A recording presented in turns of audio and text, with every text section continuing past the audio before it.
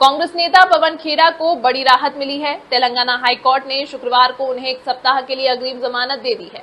यह मामला असम के मुख्यमंत्री हिमंता बिस्वा शर्मा की पत्नी रिनिकी भुयान शर्मा द्वारा दर्ज कराई गई एफआईआर से जुड़ा है। शिकायत में खेड़ा पर कथित रूप से मान हानिकारक और दुर्भावनापूर्ण आरोप लगाने का आरोप लगा है। खेड़ा ने असम पुलिस द्वारा दर्ज मामले में गिरफ्तारी से बचाव के लिए अदालत से अंतरिम सुरक्षा की मांग की थी, जिस पर हाईकोर्ट ने उन्हें फिलहाल राहत देते हुए 1 सप्ताह की अग्रिम जमानत प्रदान कर दी है।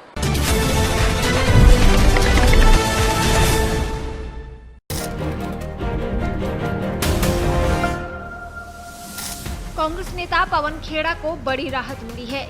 तेलंगाना उच्च न्यायालय ने शुक्रवार को उनको 1 सप्ताह के लिए अग्रिम जमानत दे दी है।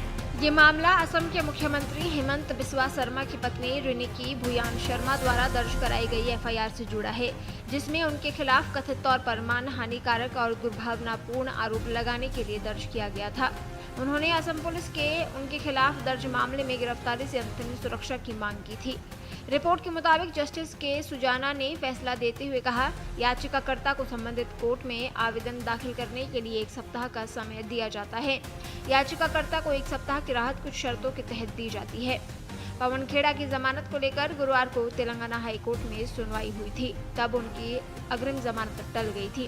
कोर्ट ने तत्काल राहत देने की बजाय अपना आदेश शुक्रवार तक के लिए सुरक्षित रख लिया था। ये मामला असम सीएम हिमंता से जुड़ा है और इस सुनवाई के दौरान कोर्ट ने एक अहम कानूनी बिंदु उठाया, जिसने मामले को और जटिल बना दिया था।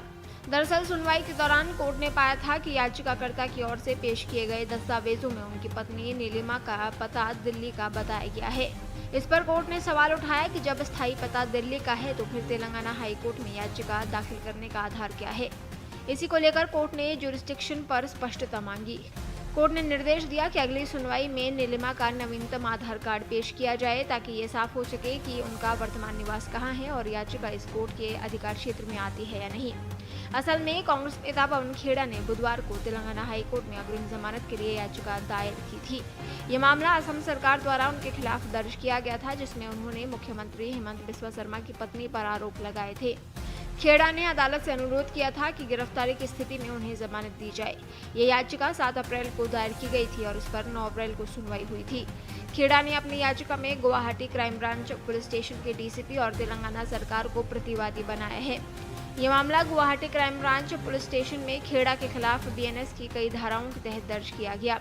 खेड़ा की ओर से पेश वकील अभिषेक मनु सिंघवी ने अदालत में दलील दी।